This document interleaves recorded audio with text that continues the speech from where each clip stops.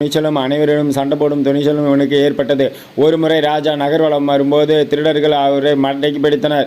ராஜா உயிருக்கு ஆபத்தானது. காவலர்களை எல்லாம் விரட்டி அடித்தனர். ராஜா மட்டும் நின்று கொண்டிருந்தார். ராஜா உயிர் போகும் நிலைமை வரும் பட்சத்தில் இவன் அந்த களத்தில் இறங்கி அனைவரையும் அடித்து தும்சம் பண்ணிவிட்டு ராஜாவை காப்பாற்றினான். பல வித்தைகளில் தேர்ந்த இவன் ராஜா உயிரை காப்பாற்றினான். ராஜா உயிரை காப்பாற்றிய இவனை ராஜா தன்னுடன் அரண்மனைக்கு அழைத்துச் சென்றார். அழைத்துச் சென்று தன்னுடைய இருப்பிடத்தில் தங்க வைத்தார். தனக்கு பின் வாரிசு யாரும் இல்லை என்பதா இந்த நாட்டிற்கு ராஜாவாக உன்னை முடிசூடி வைக்கிறேன், நீ என்னுடன் மட்டுமே இருந்துவிடு என்று கட்டளையையும் பிறப்பிட்டார். சரி ராஜாவே, உங்கள் விருப்பப்படி உங்கள் அன்பின் மூலம் எனக்கு முடிசூட்டி வையுங்கள். நான் உங்களையும் இந்த நாட்டை நான் பார்த்து கொள்கிறேன். உங்கள் கட்டளையாக நான் ஏற்றுக்கவில்லை, ஆனால் உங்கள் அன்புக்காக நான் ஏற்றுக்கொள்கிறேன் என்று அடிபணிந்தபடி தன் கட்டளையை ஏற்றுக்கொண்டான்.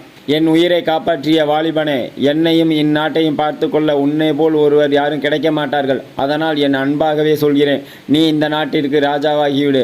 இனி நீதான் இந்த நாட்டு ராஜா என்று அனைவருக்கும் அறிமுகம் செய்து வைத்தார்.